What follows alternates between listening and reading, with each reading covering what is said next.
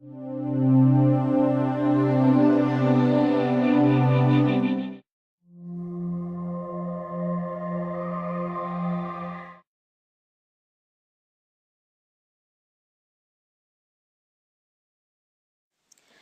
everyone, welcome to our e-commerce class today. My name is Angeline Wang. Today, we are going to continue e-commerce classification, and this is the second part of e-commerce category. In the last class, we have talked about B2B, business to business, B2C, business to consumer, which is also e-tailing, B2B2C, business to consumer, C2B, consumer to business, and C2C, consumer to consumer. Today, we will continue the next 5 models. B2E, business to employees, collaborative commerce, C-commerce, and mobile commerce, M-commerce, e-learning, and e-government. The first one is B2E, business to employees, B2E. B2E is an e-commerce model in which an organization delivers services, information, or products to its individual employees. B2E can help companies' teamwork, performance. Let's see what the important B2E applications are. The first one is online management. The second one is corporate announcement and online supply requests. Special employee offers. Employee benefits reporting. So, I think the concepts is quite easy to everyone. Like nowadays, if you register with some web service, for example, you are eBay.com's member. If you log into your member account, you can see all the history you purchased from eBay, or you can just order online, and you can write email, and probably you can also see some announcement from eBay.com. So B2E model just move the concepts to company management. If you are an employee, you have your own employee account, and you sign in the account with your own ID and password, and you can see a lot of announcements, or you can make some requests to companies. Also, you can see your benefit reporting, you can see your salary listing, and so on. So, if you are running a company, probably you may want to consider B2E application to increase your management efficiency. Okay, the next page. Then we talk about C-commerce, collaborative commerce. Does seem familiar to you? Yes. In our first class, we have introduced Boeing 787 Dreamliner collaboration example. It is a good example of C-commerce. C-commerce is an e-commerce model in which individuals or groups communicate or collaborate online. Let's review the Boeing case. Boeing has many companies on many spots in the world to cooperate together to make an airplane. We can see they build different parts here in Asia, and here in USA, and some in Europe.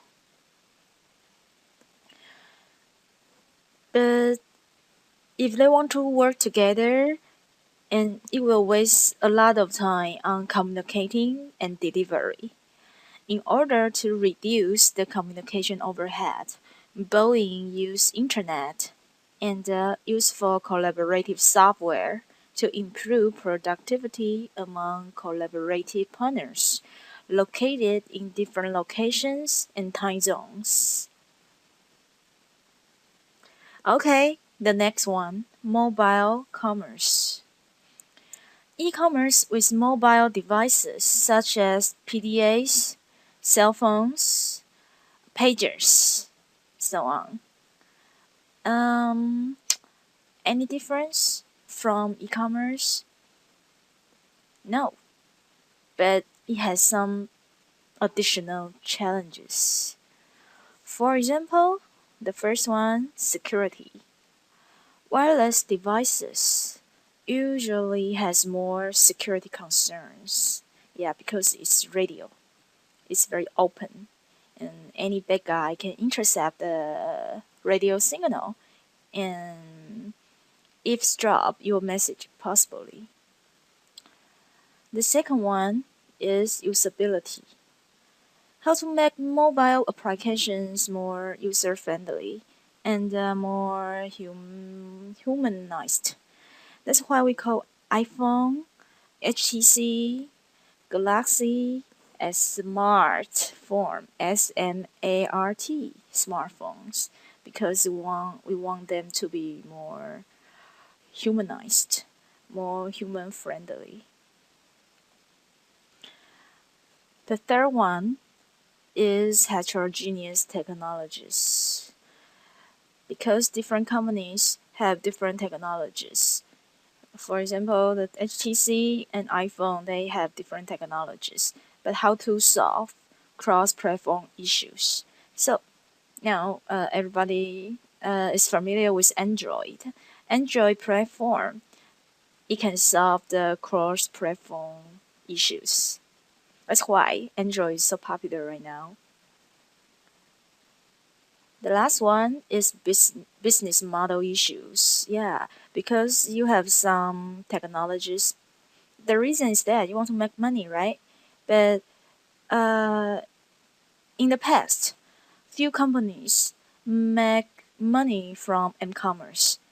But now is the era. The era comes, the m-commerce era comes, and people start to think about the business model and how to build an effective business models to earn money from mobile phone users. Yeah. So we will have some separate sections talking about m-commerce later. So that's a very short introduction right now. So the next one is e-learning. Yeah, everyone is very, very, very familiar with e-learning. Just like what you are doing right now, you are taking an e-learning class.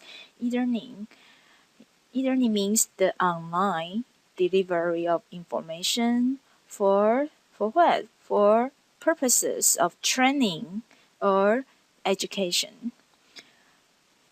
So, I will give you a very good example of Cisco, the largest router company in the world. Cisco has many employees, and Cisco has a very large and complicated router platform, right? And every employee come to every new employee coming to Cisco in the very beginning, they have they have to learn a lot of things. So Cisco has some solutions using e-learning. Let's see how Cisco's solution is. First, that makes e-learning as a mandatory part of employee's job. So if you are employee, you come to Cisco. The first thing is that you need to take a lot of e-learning classes. And these e-learning classes, they offers easy access to e-learning tools via the web.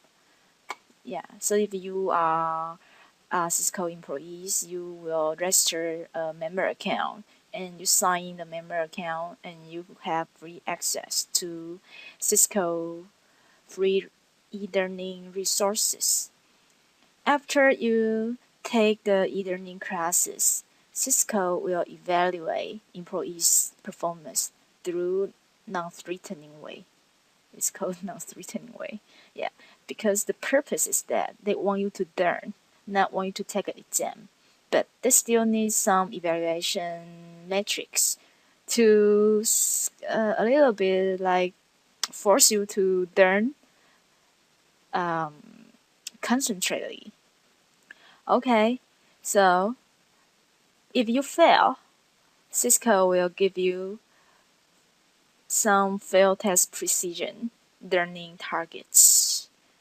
And of course, they enables managers to manage like what you learned, what have you learned, how have you learned so far, to catch up the old employees. Yeah, so and this is their solution. And let's see what's the results. It must have very good results, right? So Cisco continue to invest some efforts on e-learning. Now comes the Cisco results. First, it costs 12,400 to develop an e-learning course. Remember, it's an e-learning course, not all the e-learning courses of Cisco. It's an e-learning course because they must have one e-learning course as an experiment, right? And see how it works. Does it work successfully, efficiently? So let's see the first learning course performance. So it costs $12,400. And in this course, there are 17 senior engineers attended the course the first time. It was offered and saved, wow, 20,400. So we can see Cisco recovered the development costs and saved $8,000. Yeah. So in the first shot, they save $8,000 in one course with 17 senior engineers attending. In 2004, over 12,000 corporate salespeople and 150,000 employees or business partners and 200,000 independent students were taking courses at Cisco Learning Center. Yeah, 17, you can save $8,000. And how about this many people? Yeah, we can see the more people attended Cisco e-learning courses, the more money Cisco saves, right? Okay, the next one is e-government. E-government is an e-commerce model in which a government entity buys or provides goods, services, or information from or to business or individual citizens. It includes government to citizens, which is G2C, government to business, G2B, government to government, G2G, government to employees, G2E. So the concepts are very similar to business, right? In business, we see that's B2C, B2B, and B2E, but in government, it will become G2C, G2B, G2G, and G2E. After finishing talking about the category of e-commerce, then we will talk about e-commerce in a very more practical ways. Yeah, I introduce what e-commerce application exists in your life, and we found that actually e-commerce exists in all areas, just around your daily life. For example, e-commerce exists in travel and tourism. And we can see the advantages of online travel are that they have free information. For example, like right now, I'm going to travel to Japan and I've never been there and I can't speak any Japanese. The first thing I do is I go online to check a lot of hotels and to check some tour guide free information on web. And then the second one is that I can access all this free information at any time from any place. Of course, I have substantial discounts because I have full knowledge, right? I can compare store from store, web from web, and to get the cheapest uh, air airfare, hotel, and so on.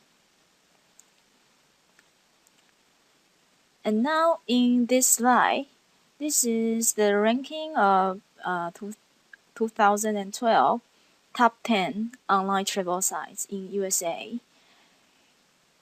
If you have the opportunity to plan a trip to USA by yourself, you can find much useful information on these sites listed here. Yeah, so I encourage everyone can go to these sites. Before when I was still in USA, oftentimes I went to orbitz.com to order the rental car, and sometimes I'll go to Expedia to book a flight. And I will go to Priceline as well. Yeah. And this site provides, yeah, you can go to this site. It provides some review to all these popular travel sites. Yeah, very good information, right? Very good resources. All of them are free. So the next one is that online job market. We can see these parties they use internet job market. For example, job seekers. For example, employers also seek for employees on job market. And they also put some classified ads there. And some job agencies also post something on job market. And government agencies and institutions. And I did two of the popular sites, career sites in USA. The first one is Career Builder, and the second one is Monster.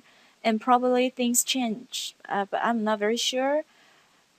If you are interested, you can go to Career Builder or Monster to take a look at how the online job website look like.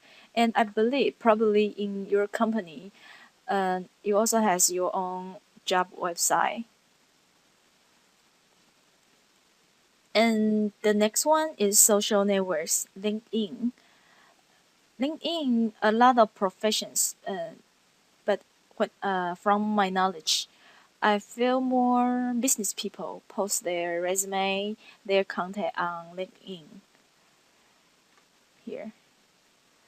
And it's just like you make your information public. You make your experience, your resume public to people who might want to know you. But if you want to look at someone's resume profile, you must add him as a friend. So that's why it calls social networks. Very similar to Facebook, but only the purpose is focuses on the job, the experience, and so on. Okay, and the next one is real estate online. The same thing.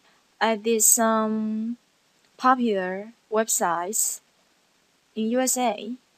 For example, Zillow is a real estate, and Craigslist. Craigslist not only a real estate, they have tons of things. If you want to sell things, you want to buy things. If you want to buy a house, you want to buy a car, or you want to rent a house, you can go to Craigslist. It is more like a bulletin board. You can post anything there, and let other people to search your ads there. And some other web 2.0 real estate services. And now I can bring you guys to take a look at Zillow.com. So do you remember we say that e-commerce, a big advantage of e-commerce is that we can make a lot of information the most transparent. For example, if you use Zillow.com, you can find the information of a house history, the history of a house. For example, I enter an address here, 610 Arcadia Terrace, number 301, located in Sunnyvale, California, and the zip code is 94058. And let's get a search. Oh, here. You can see the map, right? And you can see the estimation of this house. Now it's like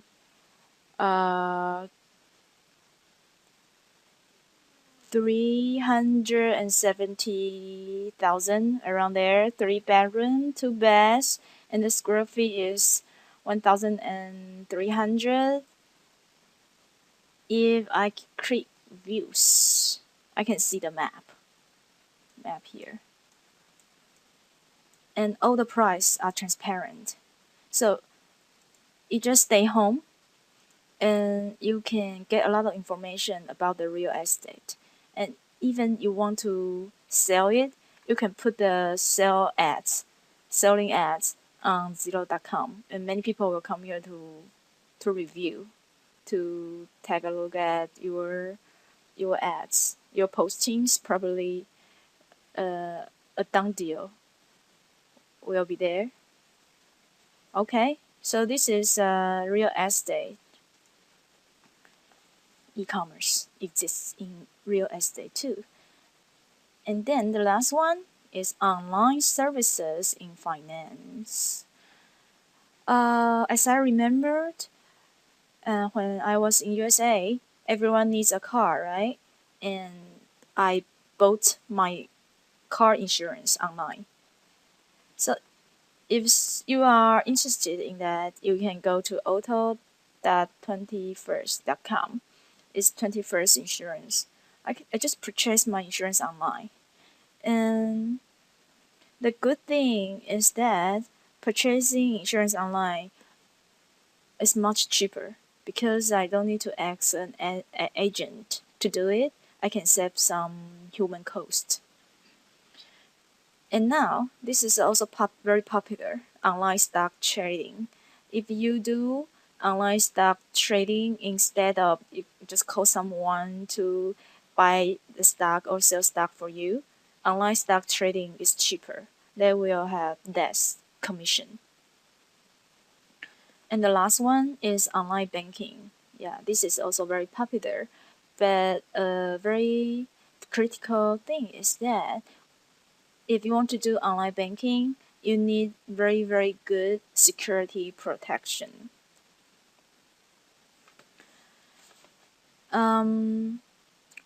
Let's see. Let's take a look at Bank of America website.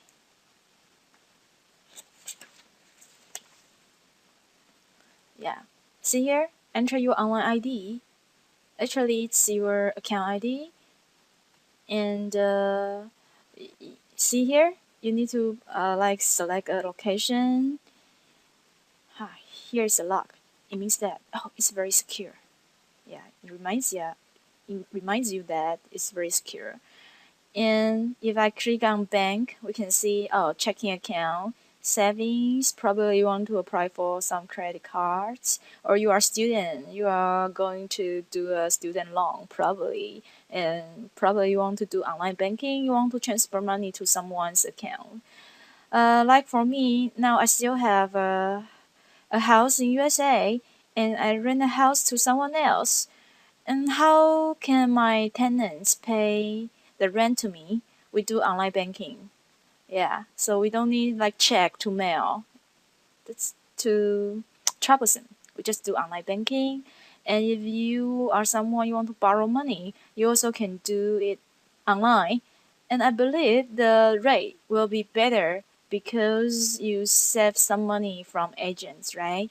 And also you can get a lot of investment advice or investment opportunities from Bank of America web and some protection services like you see here auto insurance and or your home insurance, rental insurance, life insurance, health, saving account, and so on. And they also have some very good financial plan for you. For example, retirement center, student center, car research center, and so on. So now everyone can see e-commerce really exists in all area. So if you want to have some kind of service, the first thing you can go online first to check information and see if you need to do it through people or not. Probably web is enough for you. Okay, so that's today's class, and we give a brief summary here. We talk about e-commerce classification, includes these 10 categories: B2B, B2C, B2B to C, C2B, C2C, B2E, C-commerce, M-commerce, e-learning, and e-government. And also, we found that e-commerce exists in all areas, including travel, your job, you want to buy a house, or you want to do some financial stuff like online banking, insurance. So next time in this class, we will talk about e-commerce marketing strategy. So see you next time. Bye.